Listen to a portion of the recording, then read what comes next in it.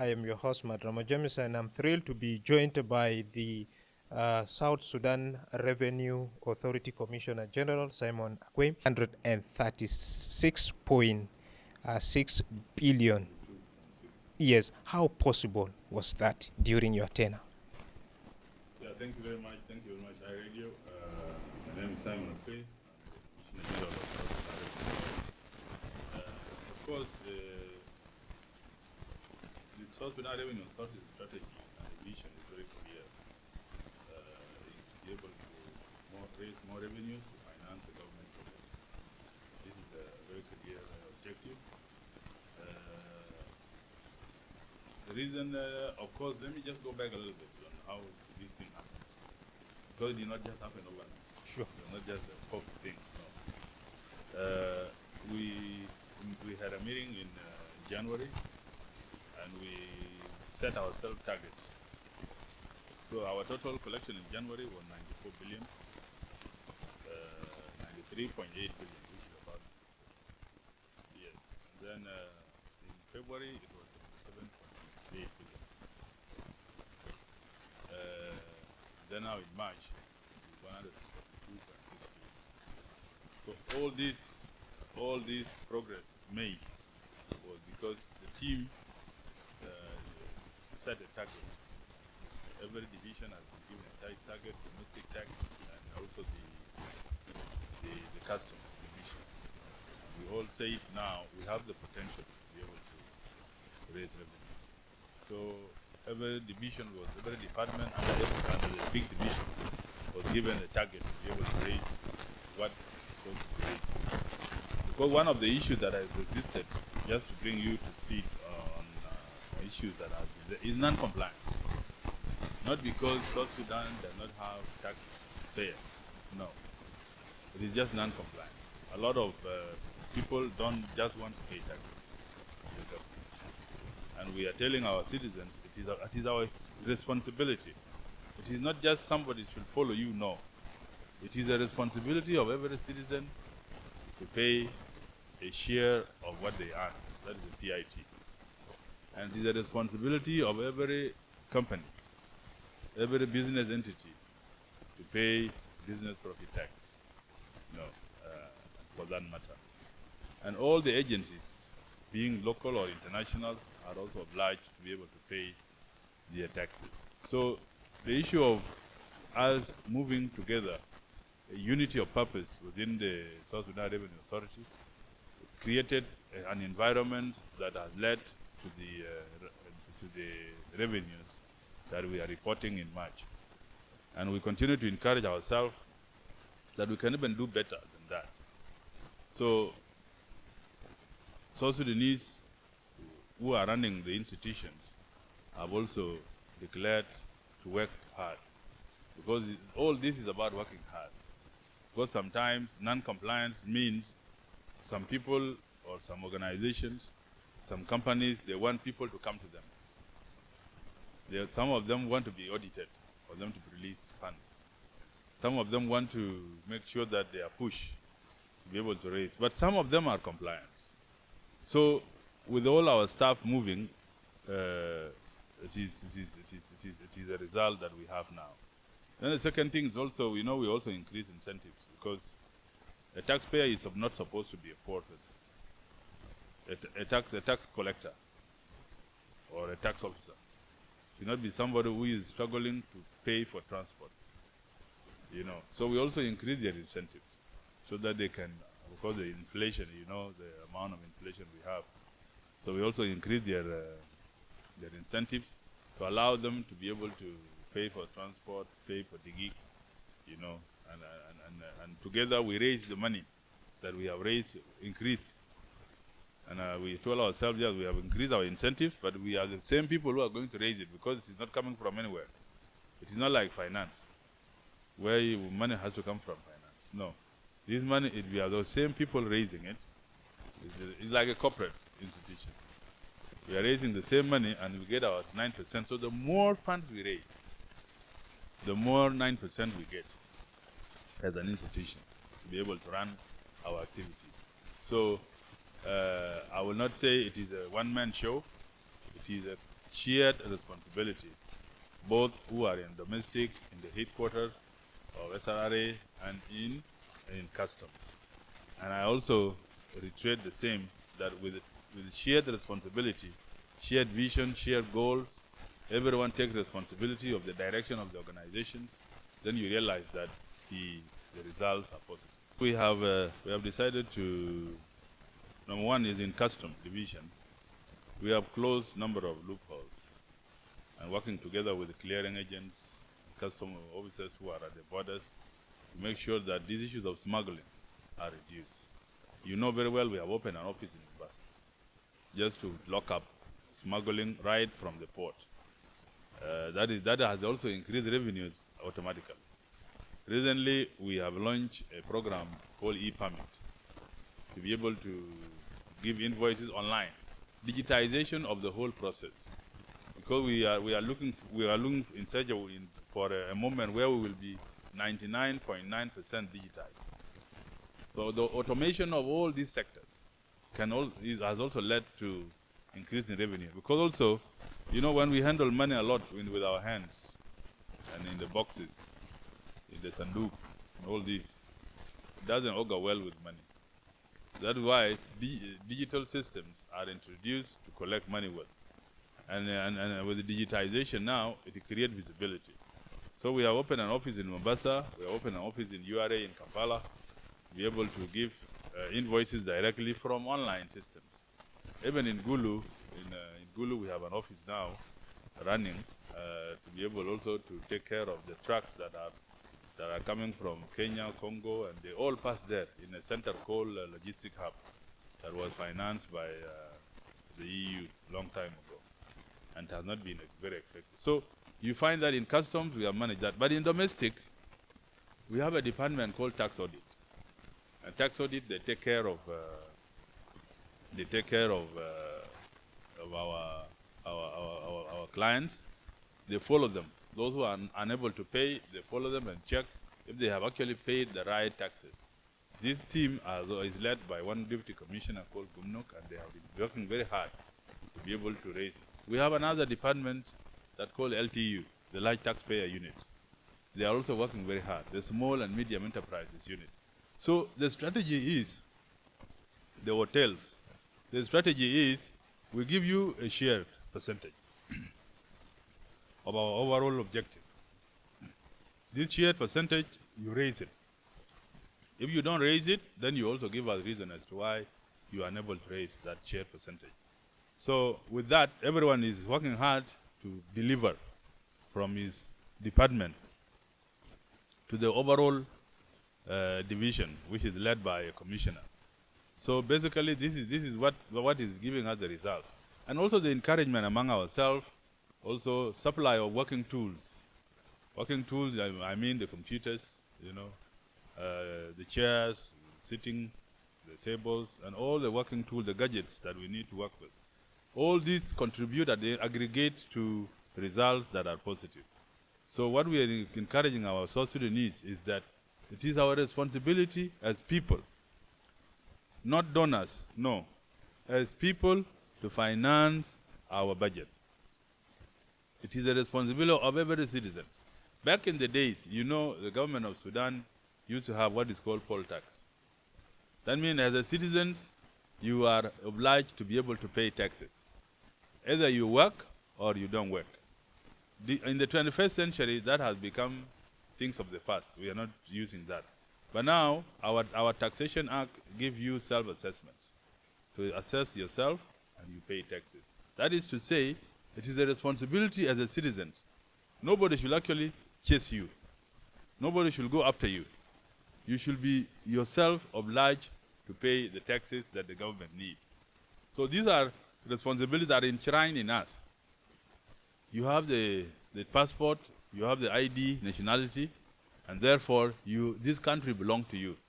You have enshrined responsibility as a Junubi to just walk up and pay your taxes. This is what the Constitution says. But when we think that somebody else will come and finance the budget, that is a very wrong concept. It's very, very wrong from the core. It is South Sudanese themselves we should actually finance the budget. This policy of oil, which is a very wrong idea, that people should think that money will come from oil. No, money will come from our activities. We have to go farming, and from the farms, we produce. And from productions, we manufacture. And from manufacturing, we get sale tax. We get excise tax. All these are the responsibility of the citizens. So we should wake up as South Sudanese and take care of our responsibilities of our government, our people, our development. It will come from within us. And you have realized in March, when we raised this 132 billion, you realize that we lost a lot of chunk of it because of the recent issues of USAID. We lost a lot of PIT from there. But when we focus on our PIT from the working private sector, do you know out of 132 billion private sector contribution, PIT from the private sector is number one? And if you see the analysis that we made, it's because we said, okay, we have lost this USAID funding, and many NGOs are not going to pay PIT. Can we try to also to focus on our South Sudanese, on the nationals, okay, investors who have employed people here, PIT to work, to collect, and we collected. And they become number one in March. That means we have the potential to be able to collect more revenues. Yeah. The challenge we have, let me discuss it together as a challenge. We have over 28 borders that are now working. Some of the borders are not active. Some of the borders, because of insecurity, you cannot go there. But among the borders like Nadapal, it's a very strategic border. But it doesn't collect much revenues. Why? Because of the infrastructure. Because for you to be able to attract imports, you need roads for the trucks to move. What makes Numili to be attractive is the road between Juba and Numili. So you need infrastructure between Nadapal, Kapoita, Juba to be functional. You need infrastructure between Rad and Kapoita. You need infrastructure between Rad and Bor, Jonglei, Pibor. All these, for you to collect revenues at the border, there must be trucks moving there. There must be trade, in other words. Sorry. So the border of Kaya is also collecting less because the infrastructure, again, and also a bit of skirmishes of insecurity there. So these issues of infrastructure actually encourages our borders to work if they are paved. Gong Machar from Awil is collecting revenues. It's because there is a little bit of good road between Awil and the border. Same thing with Wurok, you know. Our border with Congo in Yambio is not collecting much because of the infrastructure. So if you find the issue of borders is related to the infrastructure. That's why the government raised money to build infrastructure as an investment, not as such. People think that we got Akuma Bamul Shawaria, just for us to be moving on it. No, it is an investment. And for you to get an investment, you also raise money to invest. And after investing now, whatever you put into that road goes ahead. So as people of South Sudan, there is a need to be able to invest on infrastructure. Yes. Yeah. Friends of South Sudan have invested more, especially in Nadapal Juba Highway, including even World Bank. So where is the fate of that money? Is it sick, or it's wounded, or it just died a natural death? I think there has been a discussion on the project for a long time. What is happening, the road that was there was built by the ARC right now, the one that is being used between Juba to Reed up to Kiala, 145 kilometers from Juba. But from the other side, there was only maintenance also by ARC up to the border. But the World Bank project is still in the pipelines. It's a project that has not yet materialized. So we are still waiting to see it comes, you know, to fruition. So let's see, let's hope that it works, because Juba, Torit, Nadapal is one of the very strategic roads that need to be worked on, because directly it increases our trade with Kenya, just like the way normally Juba has increased our trade with Uganda. And you know, Ugandan government, when we build Juba Numili Road, through the USAID funding, the other side was not built. Gulu normally was not built. But also they got a project also funding from the World Bank and it was built. And now the amount of trade we have with Uganda is the biggest in the region. There is no any other country that get exports, Ugandan export into their countries apart from South Sudan in a very largest number. So we are saying that all these roads, we have a very important roads between Pagak, Ethiopia, Pagak, and Paluj Malakal Road. We also are very important from Rad to here, and also these sides from Central Africa, we also have roads that can connect us to trade. So what I'm trying to say here is that trade routes should be the priority for you to collect more revenues. Trade route, because they encourage two things. They encourage your exports in all directions of South Sudan, and export bring us the hard currency that we need and balance of payments within our budget. And the second also bring us essential commodities from outside that we will use for investment, for industrialization, and capital goods. Yes. So these are raw materials, also come from imports from other countries. So it is important that we focus on things that will actually bring us revenues to do more development internally. Yeah. You talked of infrastructure development as one of the key priorities, and currently is also affecting the collection of revenues. And I remember during the inauguration of South Sudan Freight Forwarders Association leaders, you clearly said one of the challenges is the issue of smuggling. Yeah. To the extent, some of these clearing agents, they know how they do the deal. A whole truck of whiskey can be cleared SMS flow. Now, take us through some of the challenges you are currently facing at the moment. This is a vice, and it is a vice on the surface. It's something you don't need to look for it. Smuggling is one of the danger to revenue collections.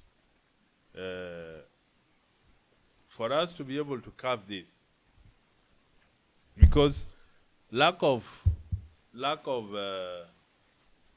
scanners, either scanners for trucks or scanners for small bags, is one of the issues that is actually endangering our control for smuggling. Smuggling is both ways. If you go to Uganda today, they will tell you there are a lot of goods being smuggled from South Sudan. And for us here, it is a daily day issue. Can you imagine? People have become clever to a point that they pack cigarette in biscuit boxes. And you will find the whole trucks when you see biscuits boxes. You think that these are real biscuits. But inside, the content is not biscuit. These are cigarettes. But there's a verification team at the border. What are they doing? Well, you see sometimes smuggling is very complex.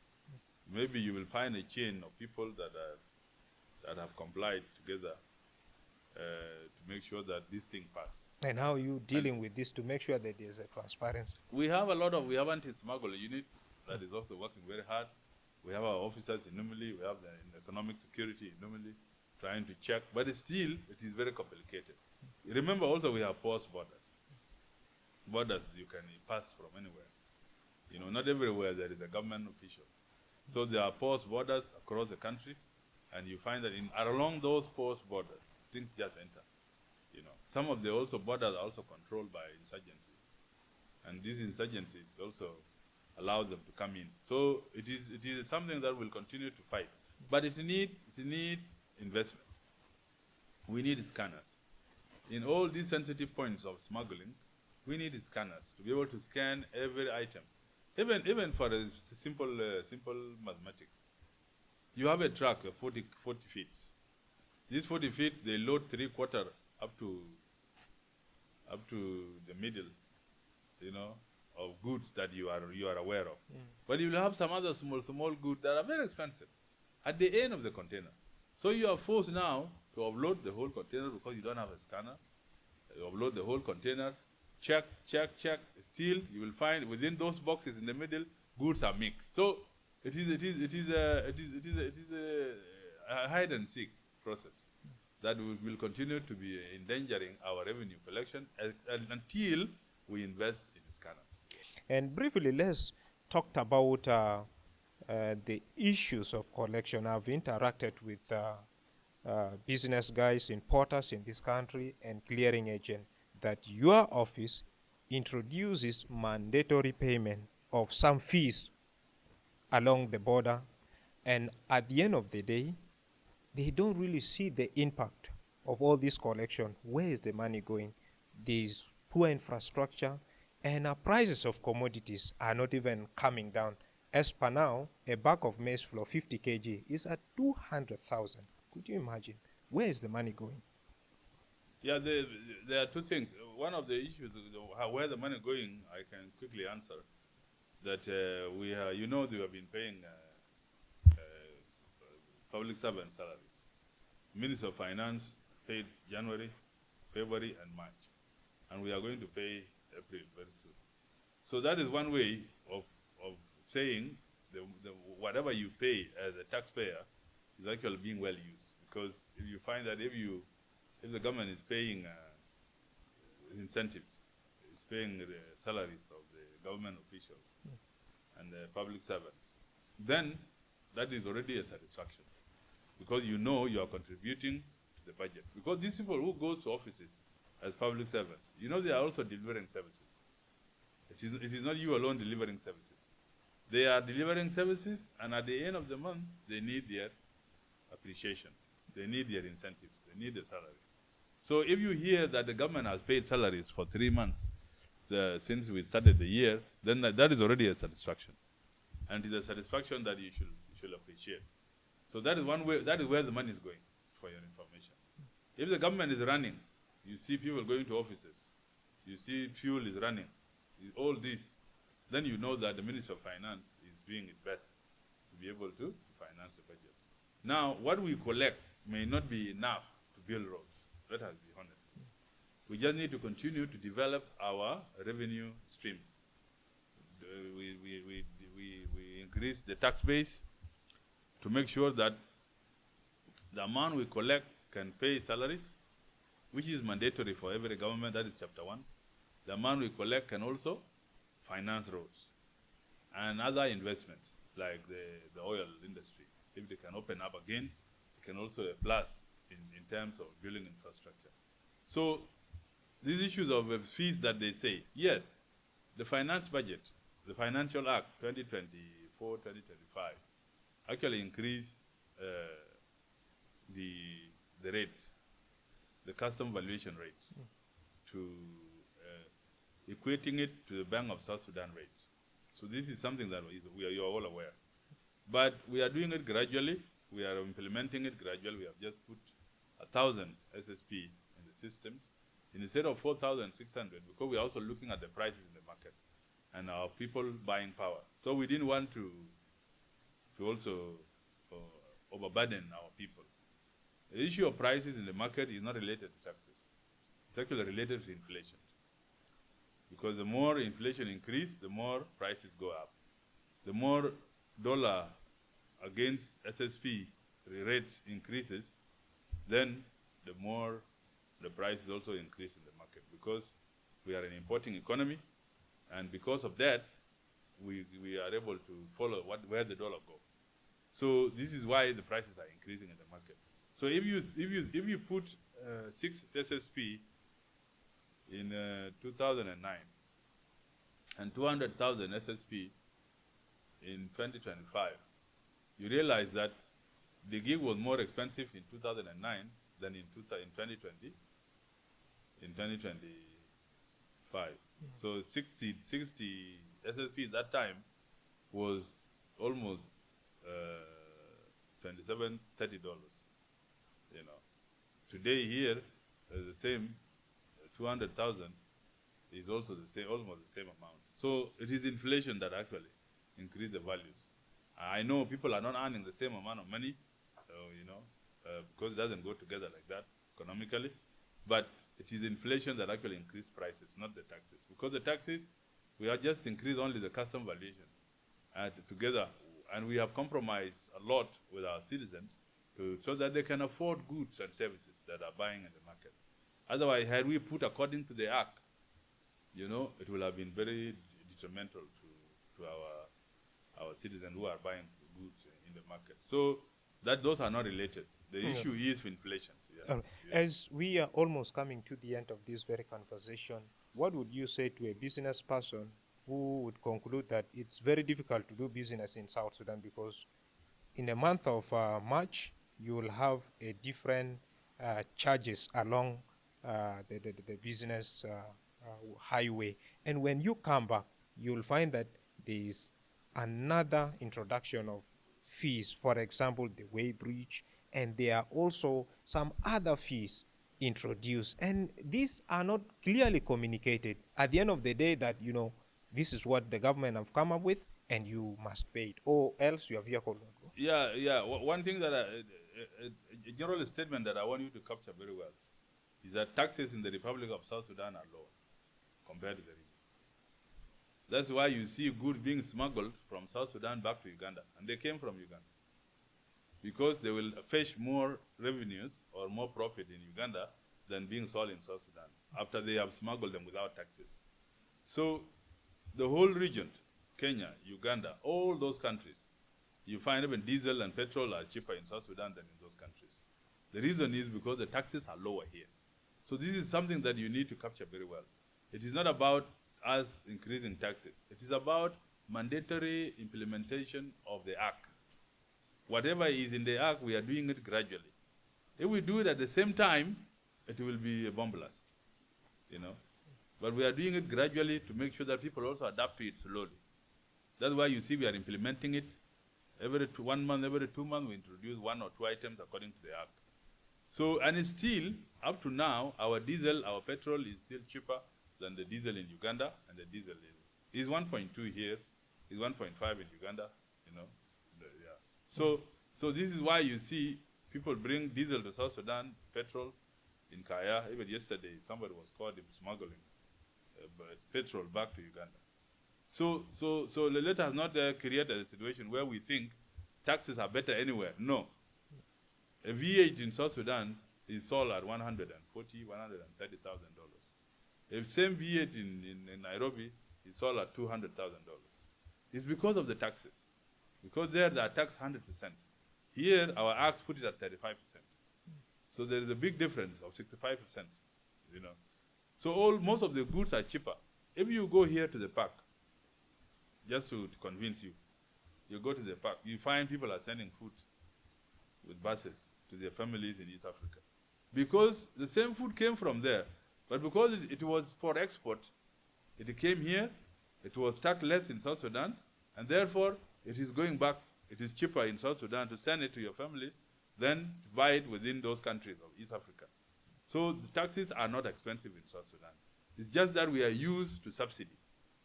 We are used to a very big subsidy that has been given by the government without talking. One of the issue of the subsidy is in the custom valuation rate. The rate that is given to you, by the government to import goods through a businessman is a subsidy by itself. And this is what we are used to.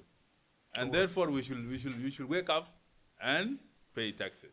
You earlier on said if we take a look at some of the countries in East Africa, South Sudan would be the least in terms of tax payment. Now take us through, once if there is a low collection of that taxes, then there will be also poor service delivery. Now moving forward, what are some of your key priorities? One among the priorities is digitization. Remove money from manual collection to a system which is visible to everybody. That is number one. Number two, is to upskill our staff. We continue to train, upskill our staff so that they can know their rights, the rights of a tax collector and the rights of a taxpayer. And also more tax education. That's why your station here is very important. We also need to do more tax education so that our taxpayers also know their obligations. They also know the importance of paying taxes.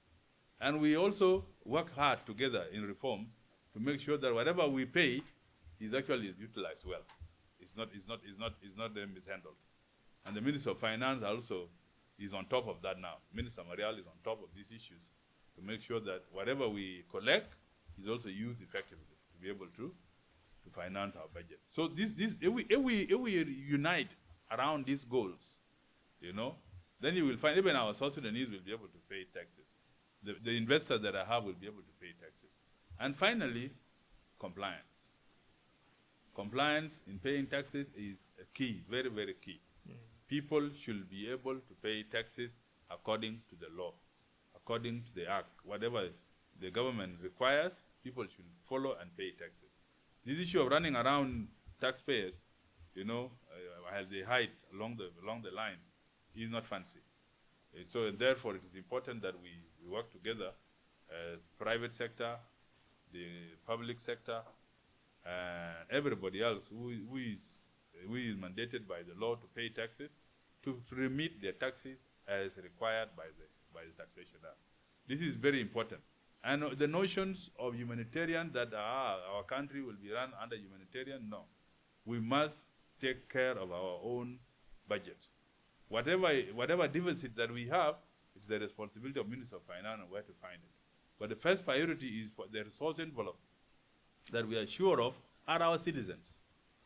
And the citizens that are working, they should finance their government. Every country in the world, human resource is the first resource that we all depend on because it is available and they are patriotic enough to think that their country is theirs. And therefore, they must finance it. Yeah. Second last one, you say the collection of over 100 billion pounds happened because there was a goal or target set. Yes. Moving forward, now where do you see the future of South Sudan with all the goals and target that your institution have set? Actually, with where we stand now, before the next budget, which is 1st of July, that means to say in June, we should be collecting 200 billion, for the taxes as a contribution to the budget before the next budget. So together as private sector, government, the non-tax institutions, we should focus on how we can actually reach 200 billion mark by June the 30th. This will be an achievement to finance because we want to test ourselves. Can we actually run our country? This is the question we are asking. A taxpayer, a tax collector, because the tax collectors also are taxpayers, for your information.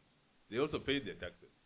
So all of us as South Sudanese, the investors, whoever is involved in running South Sudan, can we finance our budget? Yes, we can finance our budget. Yeah, without anything, together with the resources that we have and revenue collections, yes, we can finance our budget. And on average, the current budget, the current running budget now, 2024, 2025 budget, the Revenue Authority was given 90 billion per month, of which on average, we have been collecting for the last 3 months, more than 90 billion. Our average is actually above 100 billion for 3 months. So if we are at this point now, we are able to collect our budget that was given to us by the Minister of Finance. We should raise the bar by June, 200 billion. Yeah. Now, what would you say to a doubting Thomas that those are all figures, but we don't see it in terms of service delivery? We are paying salaries. It's simple as that. And it's supposed to go beyond salaries. And you know how much salary is. So whatever we collect here is actually equivalent to government salaries. All right. Yes. As we have come to the end of this very discussion, I am your host, Madrama James, and I'm blessed to be joined by the South Sudan Revenue Authority Commissioner General Simon Akuei. Thank you so much for watching. Thank you very much.